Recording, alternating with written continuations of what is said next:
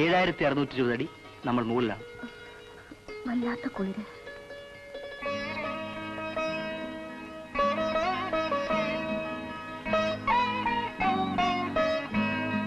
ഹിമാലയത്തിലെ ഉയർന്ന കൊടുമുടികളാണ് ആ കാണുന്നതൊക്കെ. ലോകത്തിലെ ഏറ്റവും ഉയരം കൂടിയ കൊടുമുടി എവറസ്റ്റ് ആ കാണുന്നതാണ്.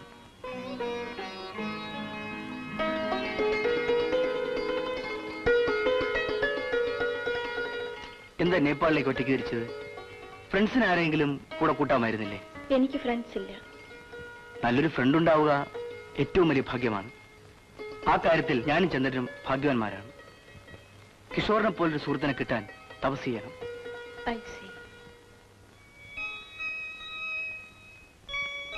ഇത്രയും ഹൃദയവിശാലതയുള്ളൊരു മനുഷ്യനെ കാണാൻ വിഷമമാണ്. ദീപ്തി അടുത്ത് പരിചയപ്പെട്ടു നോക്കണം. തന്നെ സ്നേഹിക്കുന്നതിനു വേണ്ടി ഹൃദയം പോലും പറിച്ചു കൊടുക്കാൻ മനസ്ഥിതിയുള്ളവരാണ് കിഷോർ. വിനോദ് ഏത് വിഷയത്തെക്കുറിച്ച് സംസാരിച്ചാലും കിഷോറിനെ പ്രശംസിക്കുന്നതിൽ വന്ന് അവസാനിപ്പിക്കുന്നു. നിങ്ങൾ തമ്മിലുള്ള സ്നേഹം കാണുമ്പോൾ എനിക്ക് അസൂയ തോന്നുന്നു.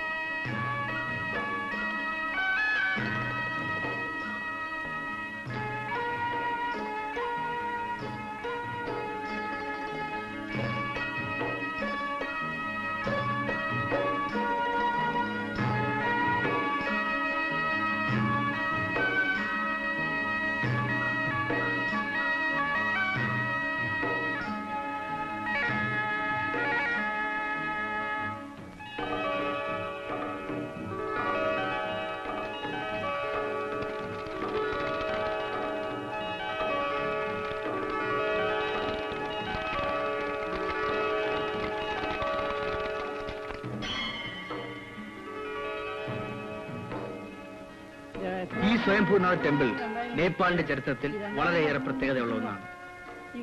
ബുദ്ധഭഗവാന്റെ ഈ ക്ഷേത്രം 2500ഓളം വർഷം പഴക്കമുണ്ട്.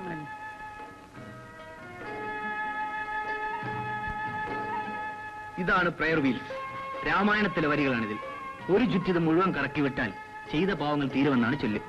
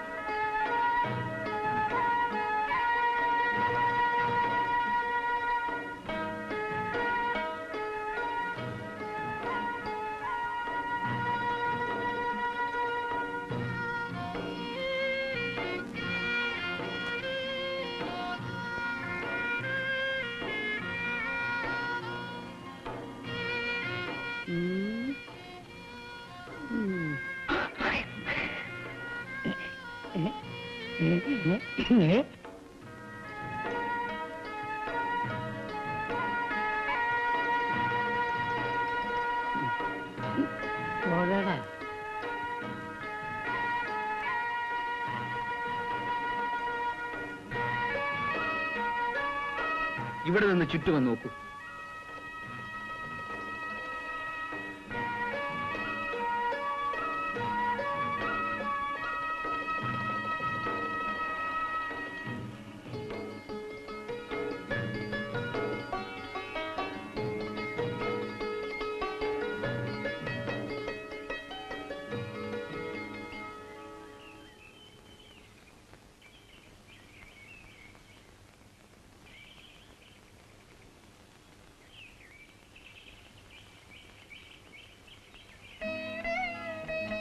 എന്ത് പറ്റി?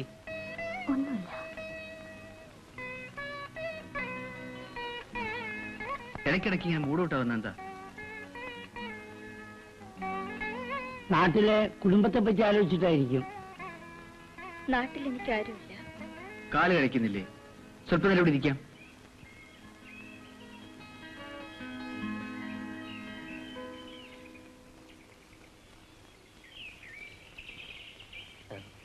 ദീപ്തിയുടെ പേഴ്സണൽ അഫയേഴ്സിൽ തലയിടുകയാണെന്ന് വിചാരിക്കരുത്. ഇല്ല. അറിയാതെ പലപ്പോഴും ദീപ്തിയുടെ മുഖത്ത് ദുഃഖം ഉറഞ്ഞുകൂടുന്നു. കാരണം എന്താണെന്ന് ഞങ്ങളോട് പറയും. ഞങ്ങൾ ദീപ്തിയുടെ സുഹൃത്തുക്കളാണ്. ഞങ്ങളാൽ കഴിയുന്ന എന്ത് സഹായം ചെയ്യാനും തയ്യാറാണ്.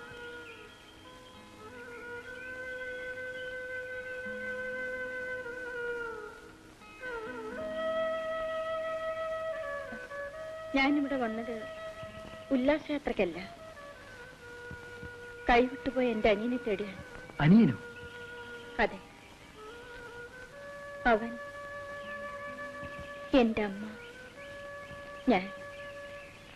ഞങ്ങളിൽ മാത്രം ഒതുങ്ങിയതായിരുന്നു കുഞ്ഞുനാളെ എന്റെ ലോകം.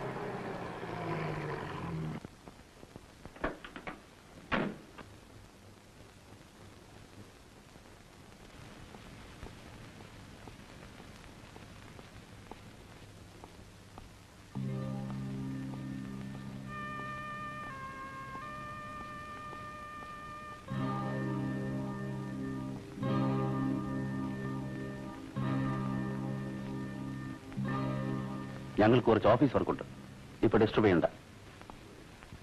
ഇതുവരെ വീട്ടിൽ കൂട്ടിക്കൊണ്ടുവരാൻ ധൈര്യപ്പെട്ടിരുന്നില്ല, ഇപ്പോൾ അതുമായി അല്ലേ?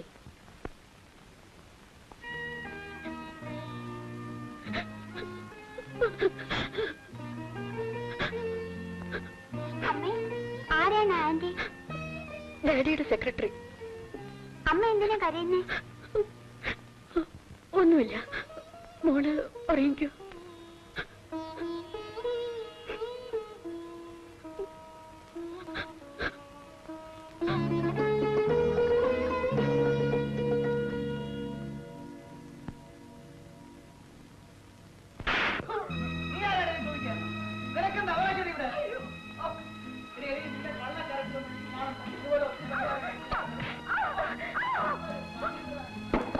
എന്താ ചേച്ചി, എന്താ അവിടെ?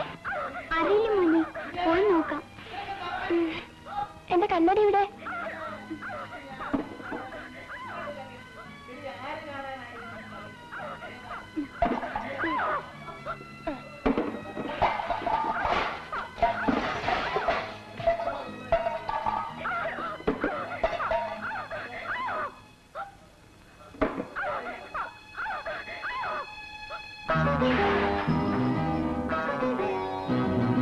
ഇനിയെങ്കിലും മനസ്സിലാക്കിയോ, ഇതെന്റെ വീടാണ്, ഇവിടെ എന്റെ ഇഷ്ടമേ നടക്കും. സ്വല്പമൊക്കെ എന്റെ ഇഷ്ടം കൂടെ നോക്കിയേ പറ്റൂ. ഞാൻ നിങ്ങളുടെ ഭാര്യയാണ്. വെളിയിൽ നിങ്ങൾ എങ്ങനെ ജീവിക്കുന്നുവെന്ന് ഞാൻ ഇന്ന് വരെ ചോദിച്ചിട്ടില്ല. പക്ഷെ വീട്ടിലേക്ക് ഈ വേഷം കൂട്ടിക്കൊണ്ടുവരുന്നത് എനിക്കിഷ്ടമല്ല, ഞാൻ സമ്മതിക്കില്ല. നിനക്ക് കിട്ടിയത് മതിയാലോടി.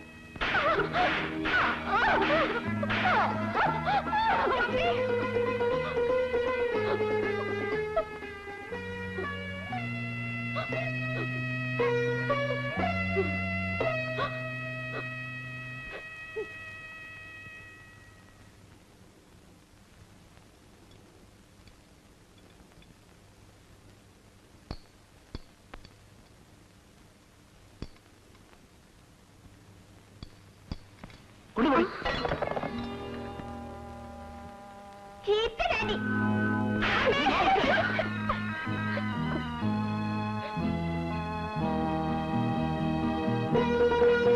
ഇനി ഒരു നിമിഷം ഞാൻ ഈ വീട്ടിൽ നിൽക്കില്ല. നീ നിൽക്കണമെന്ന് എനിക്ക് നിർബന്ധമില്ലടി. എന്റെ കുഞ്ഞുങ്ങളെ കൂട്ടി ഞാൻ പോകുന്നു. അവർ നിന്റെ മാത്രം കുട്ടികളല്ല, എന്റെയും കൂടെയാണ്. ഇവൻ നിന്റെ കൂടെ എന്താ വഷളാവും? അവൾ നീ കൊണ്ടുവയ്ക്കും.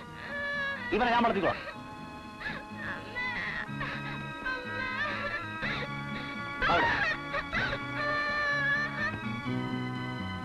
അമ്മയും അമ്മാവന്മാരുമെല്ലാം അനിയനെ വിട്ടുതരാൻ അച്ഛനോട് കേണപേക്ഷിച്ചു. അച്ഛൻ വിട്ടുതന്നില്ല. അന്നകന്ന് ഞാനും എന്റെ അനിയനും പിന്നീട് ഒരിക്കലും കണ്ടുമുട്ടിയിട്ടില്ല. അച്ഛനതിന് സമ്മതിച്ചില്ല. അച്ഛനറിയാതെ ആദ്യമൊക്കെ അവൻ കത്തുകൾ അയക്കുമായിരുന്നു. എല്ലാ കത്തുകളിലും അവൻ അനുഭവിക്കുന്ന വേദനകളുടെ കഥകൾ. മനുഷ്യരെയും എന്തിന് ഈ ലോകത്തെ തന്നെ മെറുക്കാൻ തുടങ്ങി. ഒടുവിൽ അവൻ കത്തുകളെ എഴുതാതെയായി.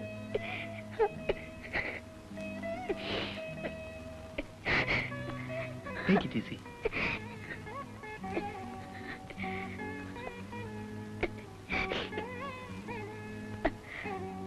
എന്നിട്ട് അമ്മ മരിച്ചു.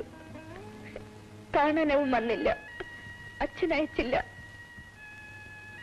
വല്ലാത്തൊരു മനുഷ്യൻ. 2 വർഷം മുമ്പ് അച്ഛനും മരിച്ചുപോയി. അനിയനെ കൊണ്ടുവരുന്നതിൽ എതിർക്കാൻ ഇനി ആരുമില്ലല്ലോ. ഞാൻ അച്ഛന്റെ വീട്ടിലേക്ക് പോയി.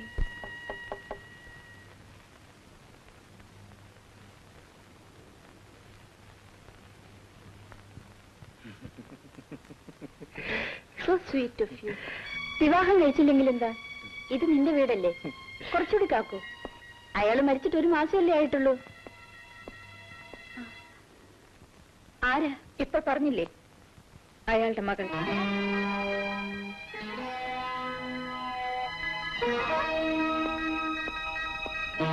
നിന്നെ ആരിങ്ങോട്ട് ക്ഷണിച്ചു? ക്ഷണിക്കേണ്ട ആവശ്യമില്ല. ഇതെന്റെ അച്ഛന്റെ വീടാണ്. അത് പണ്ട്. ഇപ്പോൾ ഇതെന്റെ വീടാണ്. രാജു എവിടെ? ഏത് രാജു? എന്റെ അനിയൻ രാജു. അവനിവിടം വിട്ടിട്ട് വർഷങ്ങളായി. എന്നിട്ട് എന്തുകൊണ്ട് അറിയിച്ചില്ല? മരിച്ചുപോയി നിന്റെ അച്ഛനോട് ചോദിക്ക. You bloody bitch. അവന് നീ. ഞാനൊന്നും ചെയ്തില്ല. കള്ളം കുടിച്ച് കഞ്ചാവ് അടിച്ചു നടന്ന ആ വൃത്തികെട്ട് ചെക്കൻ ഞാൻ അടിച്ചിറക്കും മുമ്പേ ഇവിടുന്ന് പോയി. അവനെവിടെ പോയിരിക്കും? അവനെവിടെ പോയിരിക്കും? തെണ്ടിപ്പട്ടികൾ കിടന്ന് ചാവുന്ന പോലെ പല തെരുവിലും കിടന്ന് ചത്തിരിക്കും. തോട്ടികൾ കുപ്പവണ്ടിയിൽ കൊണ്ടുപോയി കുഴിച്ചിട്ടിരിക്കും. ആരടി തെണ്ടിപ്പട്ടി? തെണ്ടിപ്പട്ടി നീയാണ്. ഒരു കുടുംബം തകർത്ത് തെണ്ടിപ്പട്ടി നീയല്ലേ?